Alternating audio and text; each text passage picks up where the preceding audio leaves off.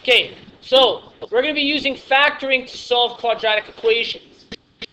So the very first question here, or our example, states that the profit function of a video game company is as follows. Everything is measured in thousands, okay? So our P at X stands for the amount of money this company is going to make, and X is the amount of games they have to sell, okay? So that's the amount of games they have to sell is equal to our X value. The very first question says, how many games must they sell to break even, okay? To break even. So what we're going to do here is we're going to take this profit function, and a break even means how much profit would the company be making? Nothing. Break even stands for making no money at all, being zero. So in other words, your costs and your revenue end up being the same. So we're going to be substituting in 0 for our profit function. So the function normally states P at X. We're going to replace that with the value of 0 is equal to negative 0.2 x squared plus 2x. Okay? What we're going to do from here is we're going to go about factoring. The very first step to factoring is what? Common factor. So we're going to look for a common factor here. Now, because this is a decimal value, this could look a little confusing. But what we're going to do is we're going to divide by this decimal value and hopefully get some whole numbers in the process. That will be our common factor. So we're going to take out the value of negative 0.2, and we're going to divide both of them by negative 0.2. So we'll now read 0 is equal to negative 0.2. Come to the outside. Oh, I keep doing that. There you go. And then what we're going to do is we're going to take these values, and what would be left if we divide negative 0.2x squared divided by negative 0.2? Just x squared. Okay? And here, when we do this, anyone know what's going to be? Minus 1.8. No, definitely. We're going to bring that up in a second. I think I know what you're about to say. Okay? So, 2 divide 0.2 is 10. Okay? So, because there's a positive divided by a negative, we're going to have negative 10x. Now, was the negative 0.2 the only thing we could have common factored out? No. What else could we have common factored out? That's right. We should have took the value of x out also. So we're going to include that. So that means there should be an x attached to this. And what's going to happen to the x's here? The squared will disappear, and this x will be completely gone. So our bracket now reads, because we factored out the x also, negative 0.2x times x minus 10. What this is, think of these as two separate terms. This is a term here, multiplied by this bracket would be a term. Both of these brackets need to multiply to become 0. So that means one of them must equal 0. So we're going to think of this. I'm going to put a little bit of a dotted bracket around this. That didn't work so well. We're going to separate these two and set both of them equal to 0 to find out how many video games they must sell to break even. So in this example, we have 0 is equal to negative 0.2x. And in this example, we have 0 is equal to x minus 10. Okay? Well, from here, I need to isolate x. So what do I have to do to this side of the equation? We're going to have to divide by negative 0.2, both sides.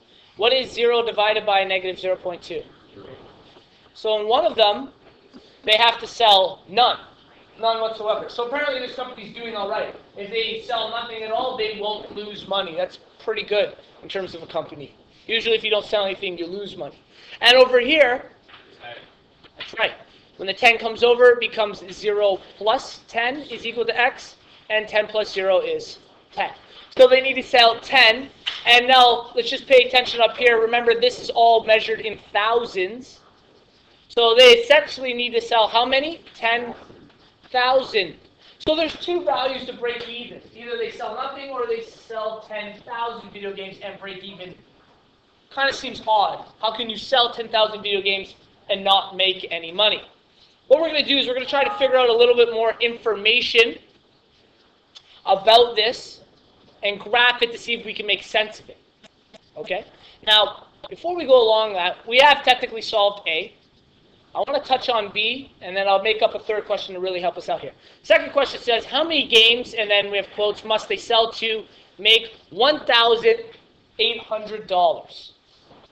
Now, remember this function is in thousands, right? When we found the value of 10, we multiplied it by 1,000 to get 10,000. How can I make this 1,800 a value to plug into here? What would we have to divide it by? 0.2. In order to be in thousands, for instance, let's say there was no 800. Say this was just the number 1,000. Sorry. If it was just the number 1,000, how many thousands would there be? Just one. Okay? Now, is 800 another full 1,000? No, what decimal of 1,000 would that be considered? 0.8. So this would technically be 1.8. And the other way you could find that would be dividing by 1,000. And that would be 1.8 in our function. Okay? So in other words, we need to find a profit of 1.8 in this question. So we have 1.8. We're replacing our p at x. I'll rewrite the equation again. P at x is equal to negative 0.2x squared plus 2x? Yeah. We now are looking for a profit of 1.8. That would be $1,800. So we're going to replace that profit. 1.8 is equal to negative 0.2x squared plus 2x. Now, this is difficult. There are going to be many, many values for x that are, well, specifically 2. But when we go to factor this, we usually set it equal to what value? What are we used to setting this equal to? 0. We need to set this equal to 0 in order to factor and solve. So in order to set this equal to 0, I got to take the 1.8 and move it to the other side. When I do that, this will now say 0 here. We'll have negative 0.2x squared plus 2x minus 1.8. Now I have a trinomial. What's the first step of factoring? Common factor. Can I factor an x out of everything? But I can still factor out my negative 0.2.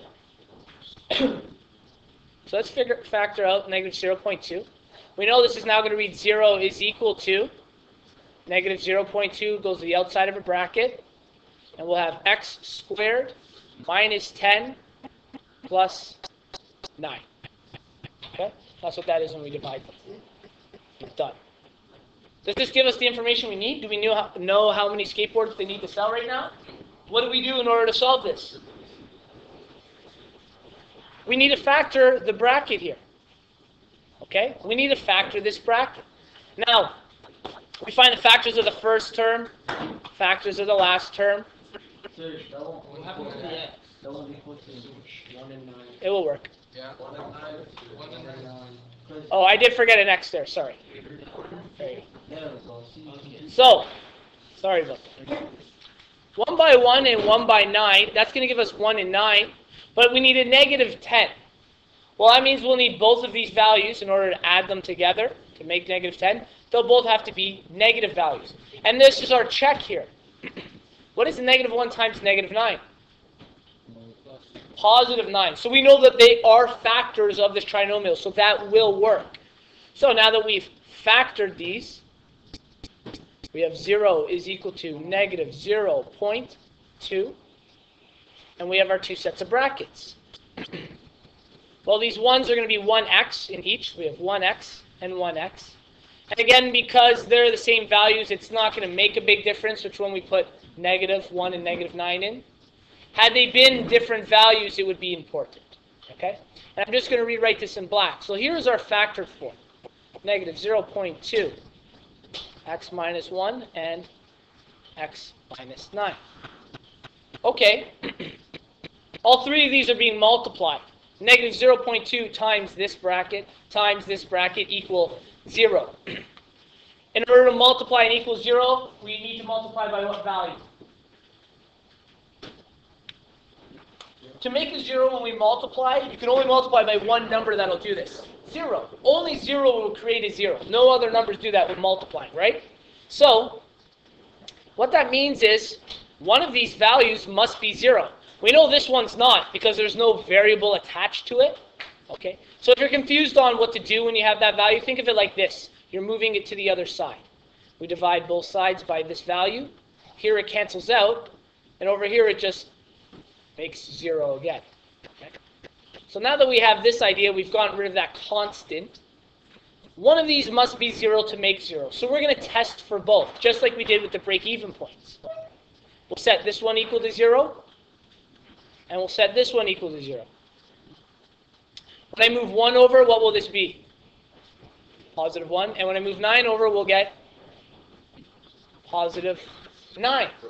Okay, so let's say I'm making a rough sketch of the graph. Actually, let's go down. Say we're making a rough sketch of this graph here. Our break-even points, which will be our x-intercepts, so this would be our profit, P at x, and this will be skateboards, our x value. We know that it broke even, so cross the x-intercept at 0 and at 10. And we know that they make roughly 1.8, now this isn't perfect, at the value of 1. And the value of 9. Okay? So we know we're going to get some function that's doing this eventually.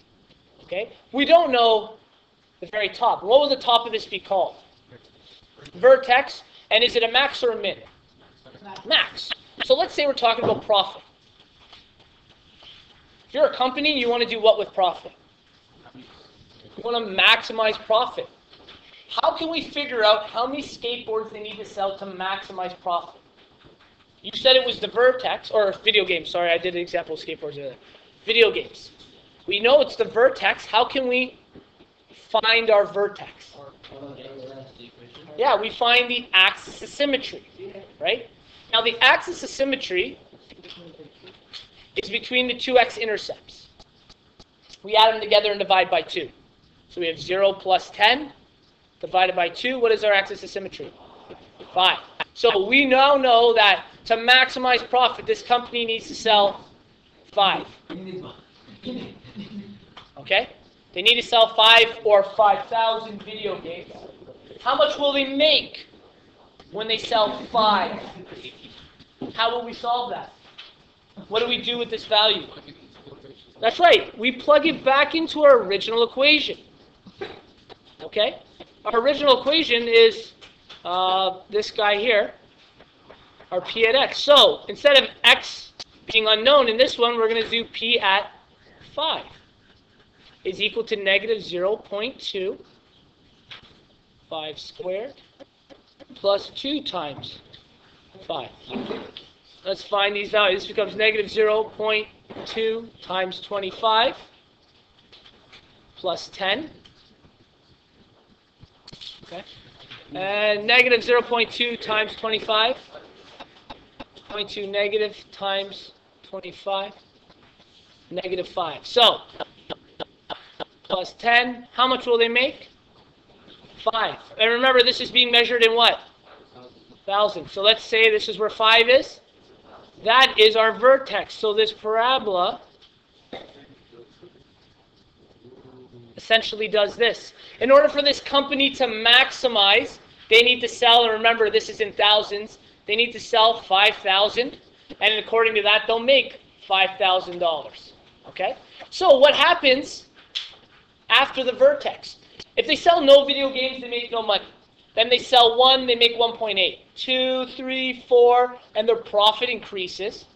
They sell 5,000 video games, they're at a profit max. Then they sell 6, 7, 8, and what's happening to the profit?